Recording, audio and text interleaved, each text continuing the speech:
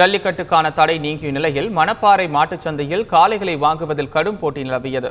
ஜல்லிக்கட்டு காளைகள் அடிமாடாக போகும் நிலை நிறுத்தப்பட்டுள்ளதாக காளை பிரியர்கள் விவசாயிகள் தெரிவித்துள்ளனர். ஜல்லிக்கட்டு மீது தடை விதிக்கப்பட்டதை அடுத்து நாட்டு மாடுகள் மற்றும் ஜல்லிக்கட்டு காளைகள் கேரளாவிற்கு அடிமாடாக போன நிலையில் களை இழந்த திருச்சி மாவட்டம் மணப்பாறை மாட்டுச்சந்தை தற்பொழுது களை கட்டத் தொடங்கியுள்ளது. தடை நீங்கிய நிலையில் ஜல்லிக்கட்டு காளைகளை வாங்க நேற்று காளை பிரியர்களிடையே கடும் போட்டி நிலவியது. 2000 ரூபாய்க்கு விற்பனையான ஜல்லிக்கட்டு காளைகள் 30 முதல் 70,000 ரூபாய்க்கு விலை போவதாகவும், ஒன்றுக்கும் மேற்பட்ட காளைகளை வாங்க ஜல்லிக்கட்டு பிரியர்கள் ஆர்வம் காட்டியதும் விலை உயர்வுக்கு காரணம் என இடைத்தரகர்கள் தெரிவித்தனர். தற்போதைய நிலை தொடர்ந்தால் நாட்டு மாட்டு இனத்தை வென்றெடுக்க முடியும் என்றும் விவசாயிகள் தெரிவித்துள்ளனர்.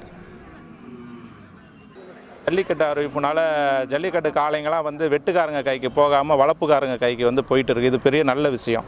இப்போ எதுக்காக அவங்க வெட்டுக்காரங்க கையில் இல்லாமல் வளப்புக்காரங்க கைக்கு போகணும்னா, இந்த தலைமுறையை காக்கிறதுக்கு, அழிவுலேருந்து நாட்டு மாடை காக்கிறதுக்கு ஜல்லிக்கட்டு காளைங்க கண்டிப்பாக வேணும். அப்போ இந்த மாதிரி விவசாயிங்க கைக்கு போகிறப்ப தான் அது இனப்பெருக்கம் பண்ணி மறுபடியும் அதை நம்ம கைக்கு மீட்டு எடுக்க முடியும்.